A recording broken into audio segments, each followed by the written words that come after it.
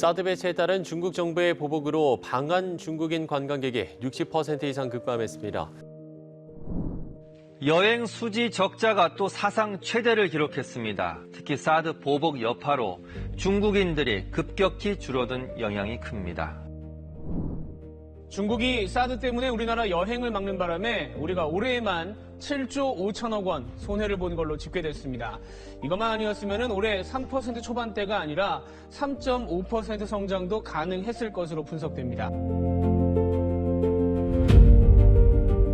우리 대한민국 관광이라고 하는 것이 굉장히 어떻게 보면 체질이 약한 부분이 있습니다. 예를 들어서 환율에도 영향을 받고요. 정치적 상황에도 영향을 받고 질병에도 영향을 받죠. 특히 2017년도 그 해는 정치적 갈등 때문에 중국 관광객들이 대한민국에 들어오지 않는 부정적인 결과를 가져왔습니다. 서울의 외래 관광객 추이를 보면 2016년 서울 외래 관광객은 1345만 명이었는데요. 사드 사태 여파로 2017년에는 25%까지 급감하면서 1005만 명으로 줄어들었죠. 2018년과 2019년을 거치면서 일부 수치는 회복되었지만 1600만에서 1700만 명의 목표치 달성은 항상 실패했었고요. 그때까지만 해도 단체관광객 중심으로 이루어졌던 그 패러다임이 이제 한계에 부딪힌 것이 아닌가 이런 생각을 했습니다.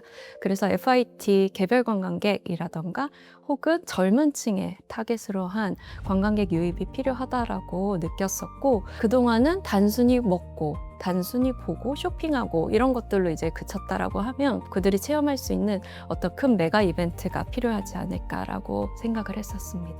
그 연장선에서 나온 해법 중 하나가 바로 서울 페스트와 같은 대형 행사였습니다. 도시 전역에서 K-팝, 쇼핑, 미식, 이벤트를 결합한 대형 축제를 통해 개별 관광객과 젊은 층이 서울에 와야 할 이유를 분명하게 만드는 방식이 필요하다고 본 것입니다. 결국 서울 페스타는 관광객 감소에 대한 임시 대응이 아니라 서울 관광의 체질을 단체 관광 중심에서 체험형, 콘텐츠형 관광으로 전환하려는 시도였다고 평가해 볼 수 있겠습니다.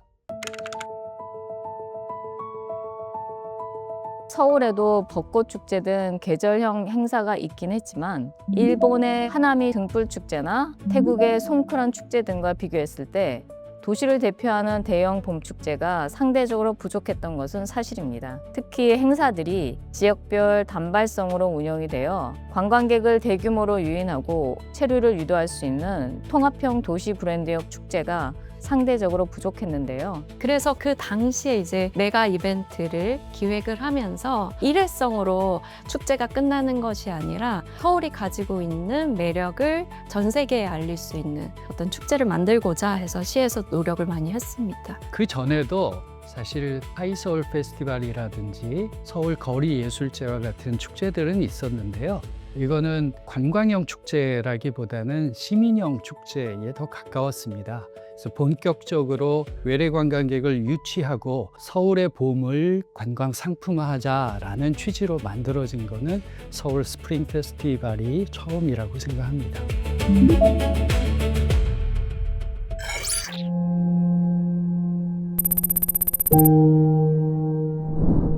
오늘부터 유럽에서 국내로 들어온 입국자 전원에 대해서 코로나19 진단 검사를 하는 등 검역 절차가 강화됐습니다. 주말이면 북적였던 곳들이 한산합니다. 인파를 피하는 게 상책이라고 놀이공원부터 도심까지 사람들의 발길이 뚝 끊겼습니다. 코로나19 사태로 인천공항 출입국자 수가 95% 이상 감소하면서 올해 상반기 여행업계가 입은 피해는 2조 4천억 원으로 추정되고 있습니다. 서울만이 아니라 전 세계적으로 열렸던 그 축제가 멈추다 보니까 굉장히 참담했고요. 조금 아쉽죠. 이제 첫 스타트를 시작을 했었던 상황이고 행사를 준비하는 담당자 입장에서는 조금 아쉬운 게 사실이었던 것 같습니다. 처음에는 2020년에 야심차게 준비됐지만 코로나가 확산되면서 연기가 됐고 결국은 무산됐습니다. 그리고 2021년에도 팬데믹이 길어지면서 다시 또 취소가 됐죠. 사실 그 시기는 관광업계 피해가 워낙 심각했기 때문에 코로나라고 하는 그 사태는 교과서에 나올 만한 그런 큰 사건이었는데요. 관광 분야에서는 정말 더 컸습니다. 관광의 산업들은 거의 절반 이상이 무너졌고 그 중에서도 외래 관광객이 80% 이상 오는 곳이 서울이기 때문에 서울의 피해가 제일 컸습니다. 아마 경제적으로는 15조 원 이상의 폐해가 있었던 것으로 알고 있고요. 그러니까 코로나19로 인한 피해가 단순한 경기 침체가 아닌 산업 전체가 멈춰선 상황에 가까웠던 거죠. 그래서 서울시도 원래 준비하던 서울 페스타 같은 행사를 계속 밀어붙이기보다 업계 지원과 생존 대책으로 방향을 돌릴 수밖에 없었습니다. 서울시가 다시 뛰는 공정도시라는 비전 아래 향후 10년간 서울시정의 마스터 플랜을 발표했습니다.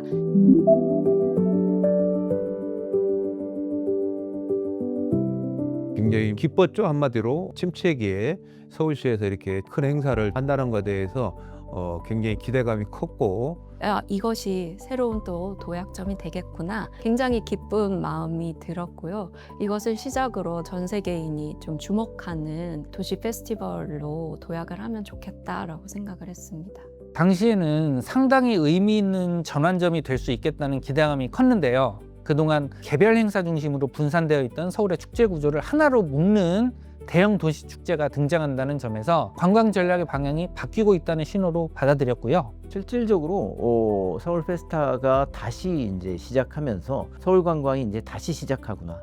다시 우리가 회복해야 된다라는 굉장히 긍정적인 인사인을 줘서 관광업계가 침체되어 있음에도 불구하고 서울 페스타 축제로 하여금 서울 관광의 재도약을 상징할 수 있는 그런 의미를 가진 축제라고 얘기할 수 있습니다.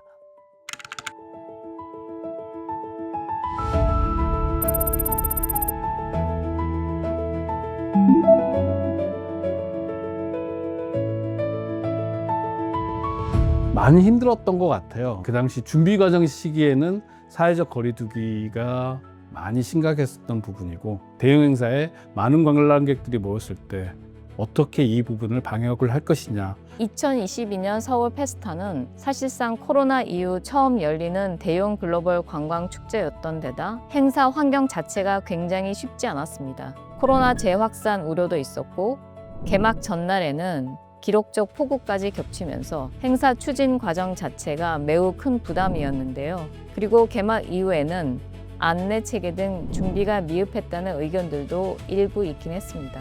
이게 뭐 단순한 일반 행사였다면 개막식 행사를 취소할 수도 있었겠지만 이 행사 자체가 글로벌 메가 이벤트다 보니 전 세계에 방송되는 부분들 그다음에 이런 부분들에 대해서 취소를 할 수 있는 여건들은 좀 안 됐던 상황이었었고요.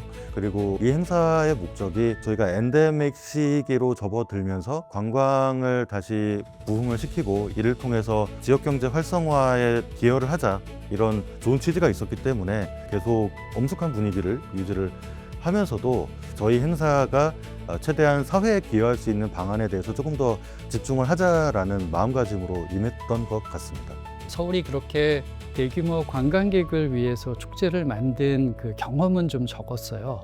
다소 미숙한 측면들은 있었습니다.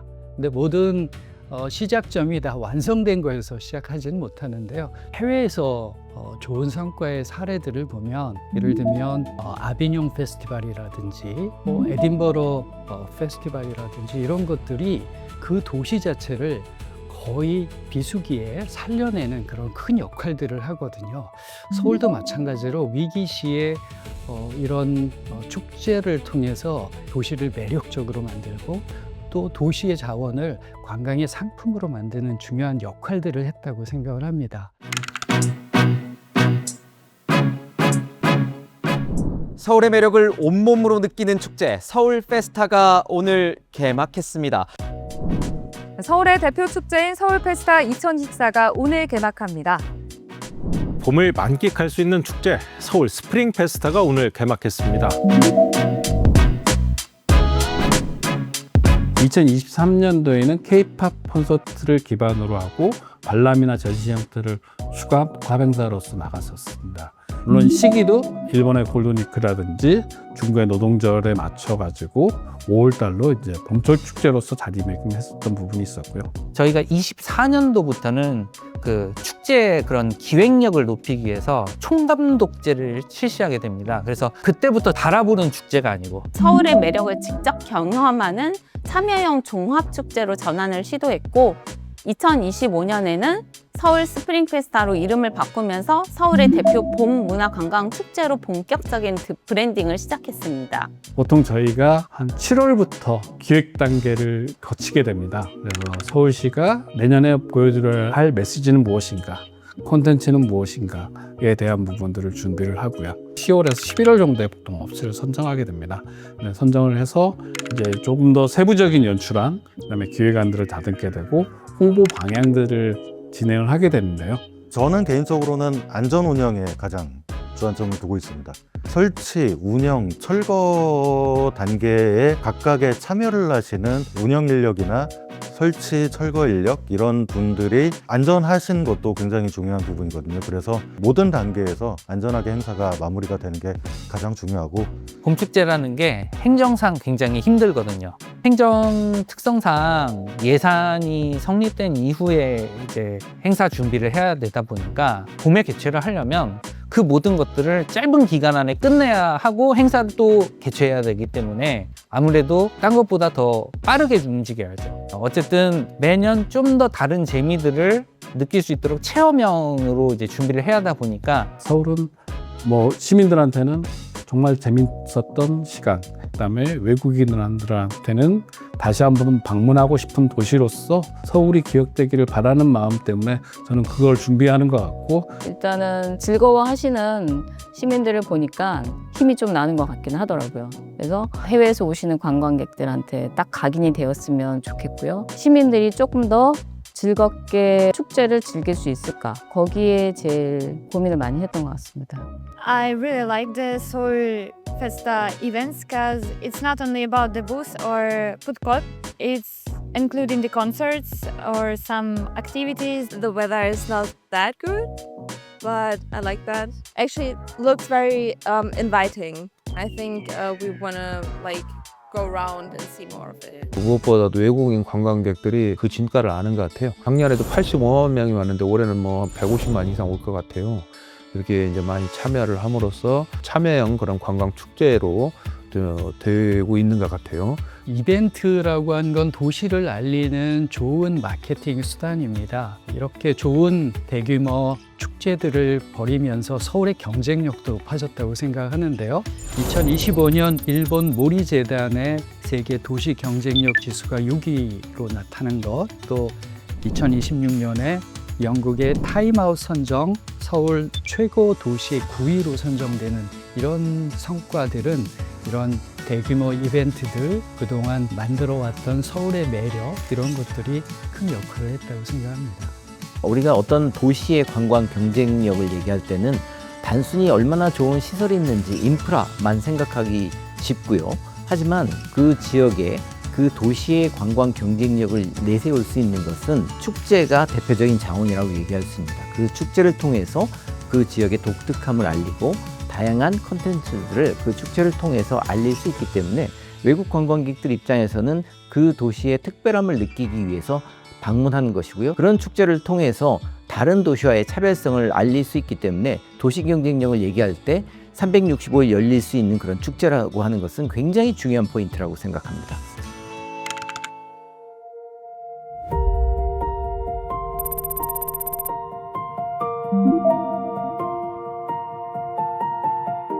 이번 2026 서울 스프링 페스티벌은 기존과는 다른 시민들이 직접 그리고 해외 관광객들이 직접 체험할 수 있는 프로그램들로 진짜 꽉꽉 채워놨습니다. 올해 행사는 가장 외국인들이 좋아하는 한강으로 자리를 옮겼습니다.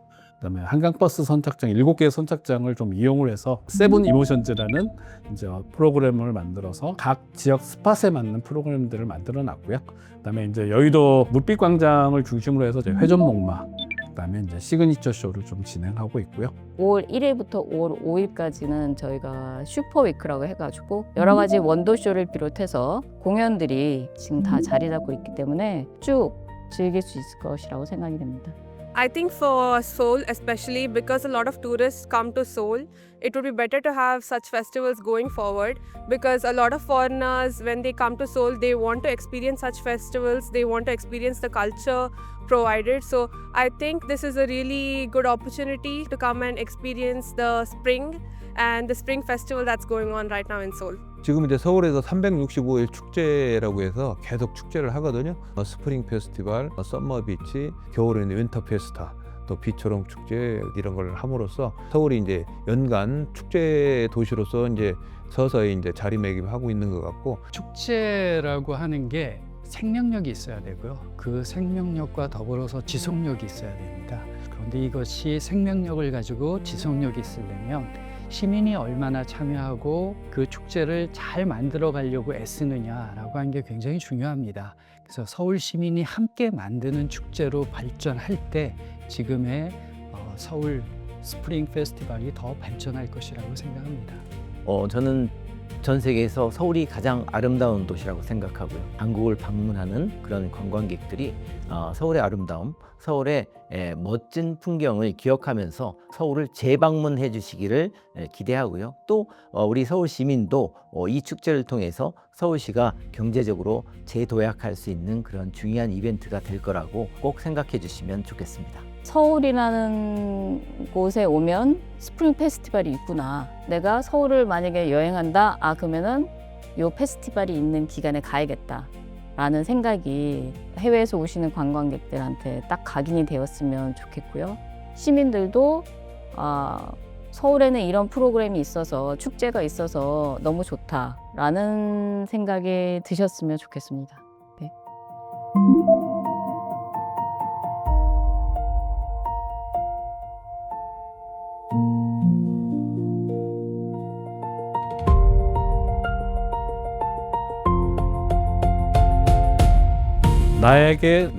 나에게 서울 스프링 페스티벌. 서울 스프링 페스티벌은 나에게 서울 스프링 페스티벌은 서울의 브랜드다. 서울이 주는 즐거움이다. 내가 직접 즐기고 싶은 축제이다. 서울 관광의 마중물이다. 회복과 도약의 축제이다. 도시 서울의 유쾌한 활력소이다. 이제 막 피어난 꽃이다.